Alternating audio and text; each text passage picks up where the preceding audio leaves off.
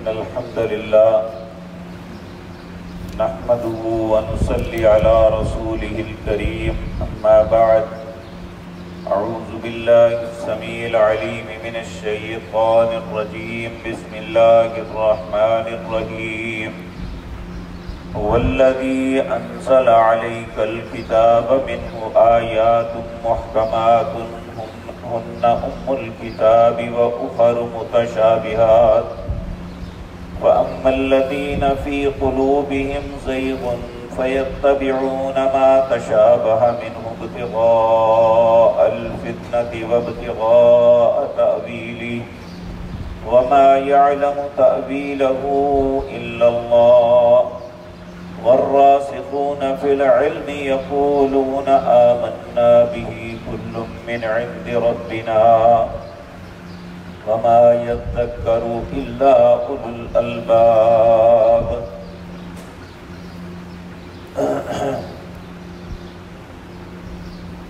حضرات محترم، آج کے دور میں بھی ہر مسلمان کے ذہن میں یہ بات آتی ہے اور ہمیشہ سے یہ بات لوگوں کے ذہن میں اٹک جاتی ہے کہ جب اللہ ایک ہے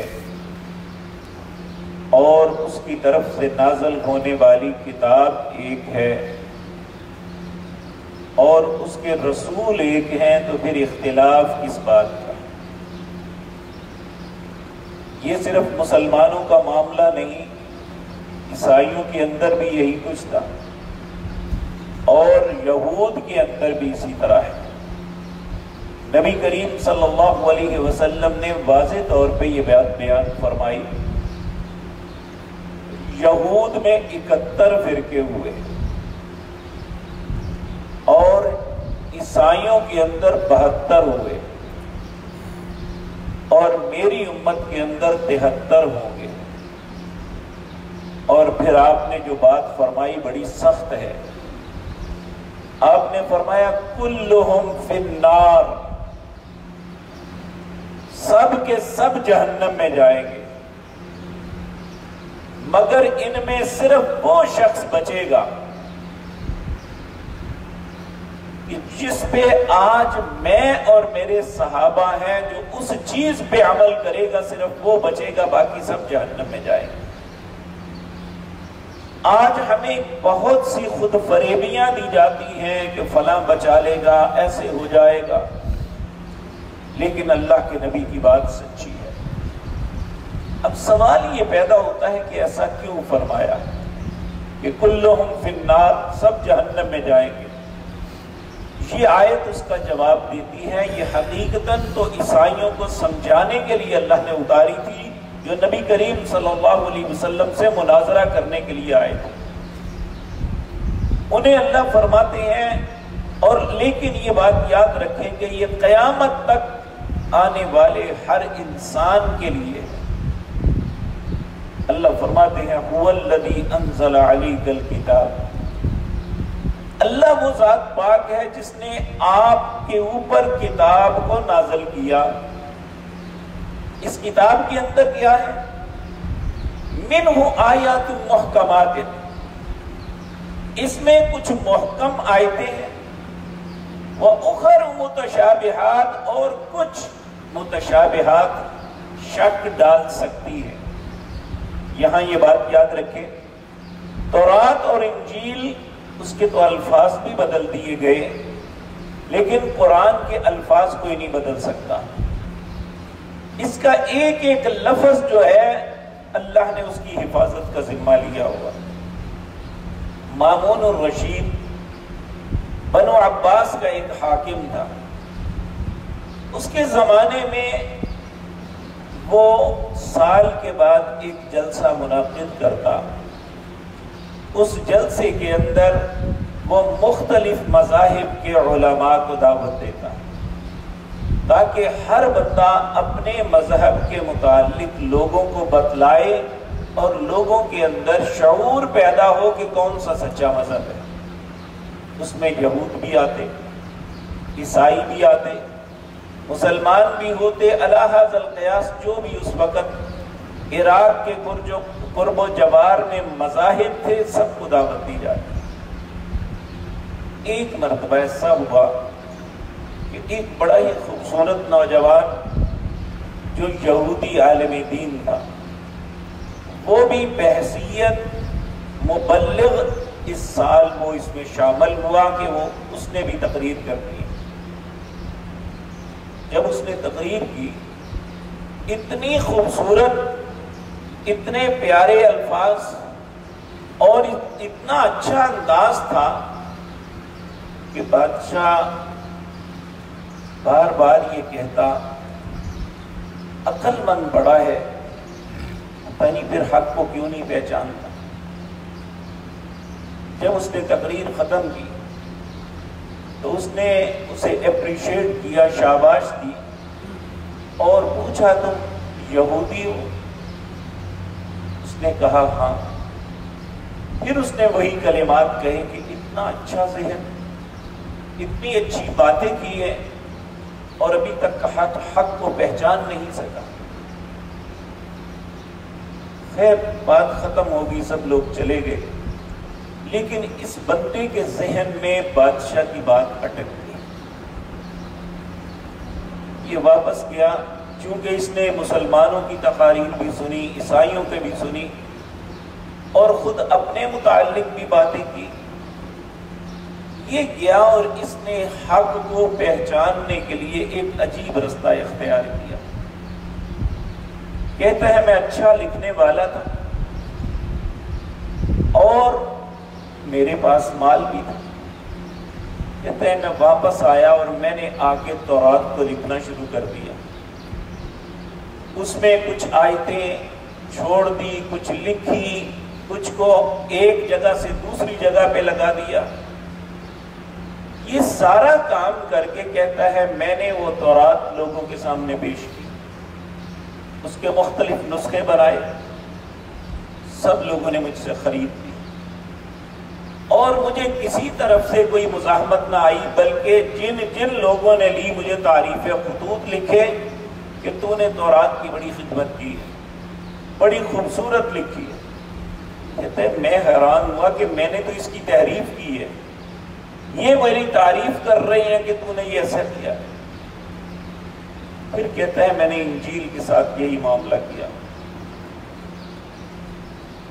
کہتے ہیں وہاں بھی مجھے وہی رسپانس ملا جو یہودیوں سے ملا۔ میں نے اپنے ذہن میں سوچا یہ دونوں کتابیں ٹھیک نہیں ہیں اور نہ یہ دونوں مذہب ٹھیک۔ میں نے اس میں اتنا تغیر و تبدل کیا انہیں پتہ ہی نہیں چلا۔ پھر اس کے بعد اس نے قرآن کے ساتھ یہی معاملہ کیا۔ کہتا ہے جب میں نے قرآن لوگوں کو دیا، مسلمانوں کے علماء کو دیا، تو جتنے نسخے میں نے لوگوں کو دیے انہوں نے نشان لگا کے مجھے واپس پلٹا دیے۔ کہتا ہے میں اس وقت سمجھ گیا کہ اس وقت اگر دین حق کوئی دنیا میں ہے تو وہ صرف اسلام ہے، اگر کتاب محفوظ کوئی ہے تو وہ قرآن ہے۔ کیوں نہ ہو، اللہ رب العزت نے فرمایا لا یأتیہ الباطل من بین یدیہ ولا من خلفہ، یہ ایک ایسی کتاب ہے جس کے نہ آگے سے باطل داخل ہو سکتا ہے نہ پیچھے سے، لفظ نہیں کوئی بدل سکتا، لیکن یہ اللہ نے آزمائش بنائی ہے۔ اس میں کچھ آیتیں محکم ہیں، کچھ متشابہات ہیں۔ متشابہات کون سی ہیں؟ جس طرح میں نے اس سورت کے آغاز میں کہا الف لام میم را قاف ہا یا عین صاد، ان کے معنی اللہ نے نہیں بتائے۔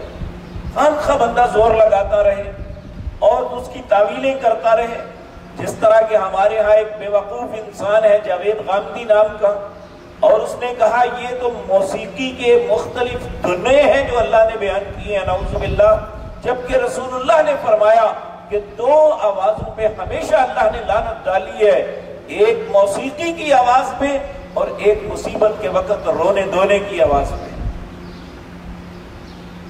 اللہ نے جس پہ لعنت ڈالی ہے وہ اس کی دھنیں اللہ نے قرآن میں داخل کرنے کو۔ یہ ہے جب انسان بہکتا ہے، اللہ کی اس بات کی غلط تعبیل کرتا ہے، اور آج جو مسلمان مختلف فرقوں میں ہیں یہ علماء کی غلط تعبیرات کی وجہ سے ہے کہ وہ متشابہات کے پیچھے چلے اور انہوں نے لوگوں کے اندر یہ سب کچھ کیا. اب سوال یہ پیدا ہوتا ہے کہ کیوں ایسا کرتا ہے انسان, اس کا کیا مفاد ہے؟ اللہ رب العزت فرماتے ہیں فَأَمَّا الَّذِينَ فِي قُلُوبِهِمْ زَيْغٌ, وہ لوگ جن کے دلوں میں ٹیڑھا پن ہے پہلے,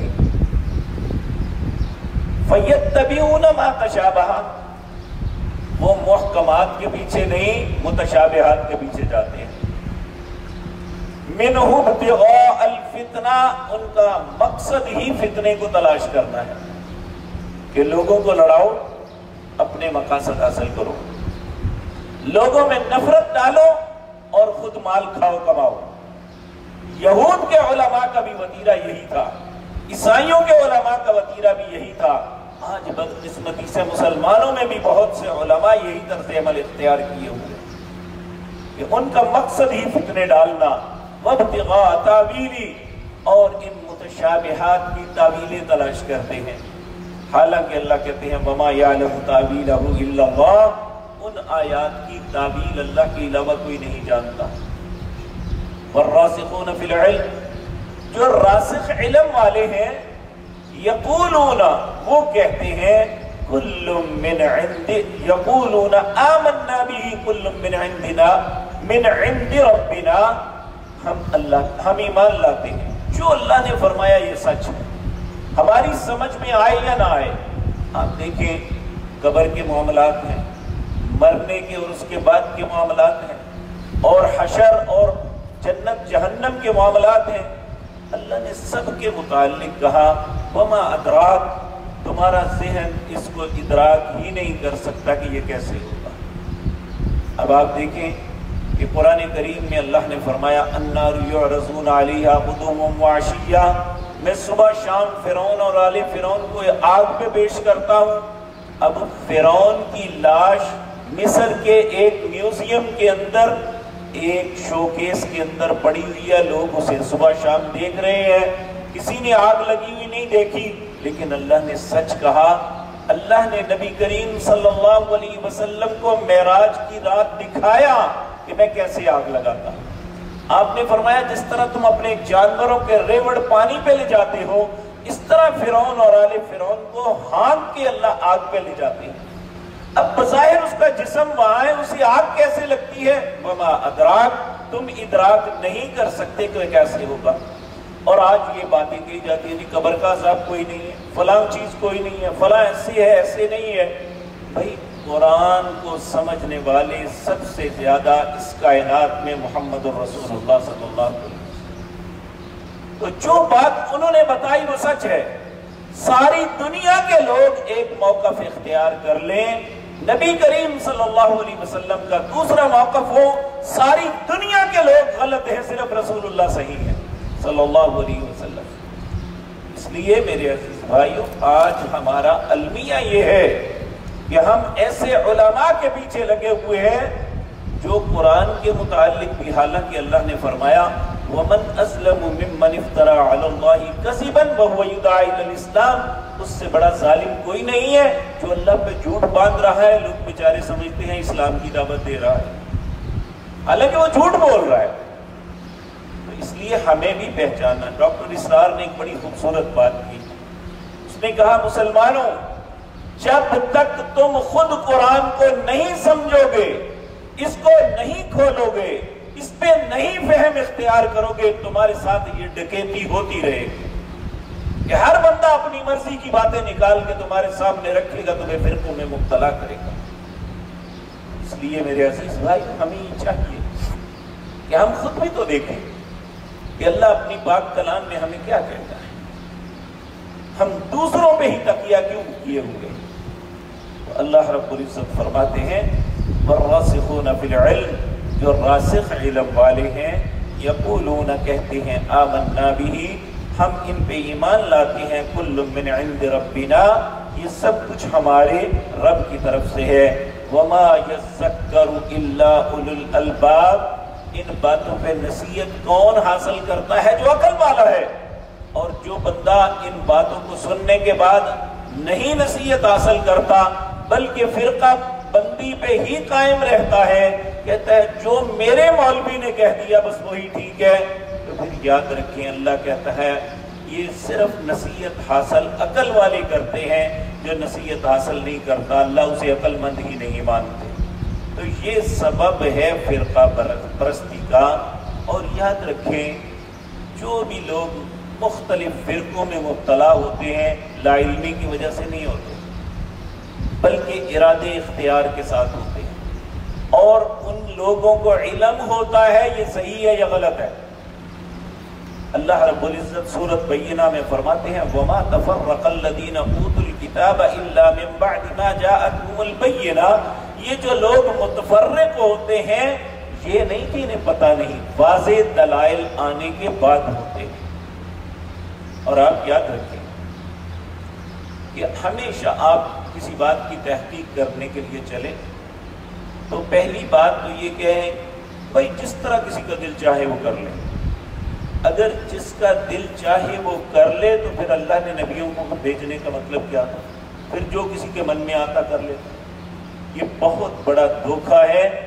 اسلام فقط وہی ہے جو نبی مکرم صلی اللہ علیہ وسلم نے یا اس سے پہلے جو انبیاء انہوں نے اپنی قوم کو جو دین بتایا، دین صرف وہ ہے۔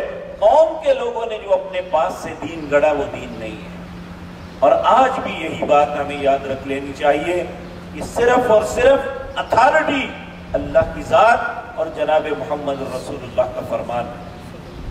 جب تک ہم اس کو اتھارٹی مان کے اس کے مطابق چلتے رہیں گے ہم اسلام والے، ہم دیندار، ہم صحیح رستے پہ۔ جب اس رستے کو چھوڑ کے کسی دوسرے رستے کو اپنائیں گے یاد رکھیں وہ جہنم کا رستہ ہے۔ اللہ ہم سب کو محفوظ رکھے۔ اقول قولی ھذا واستغفر اللہ۔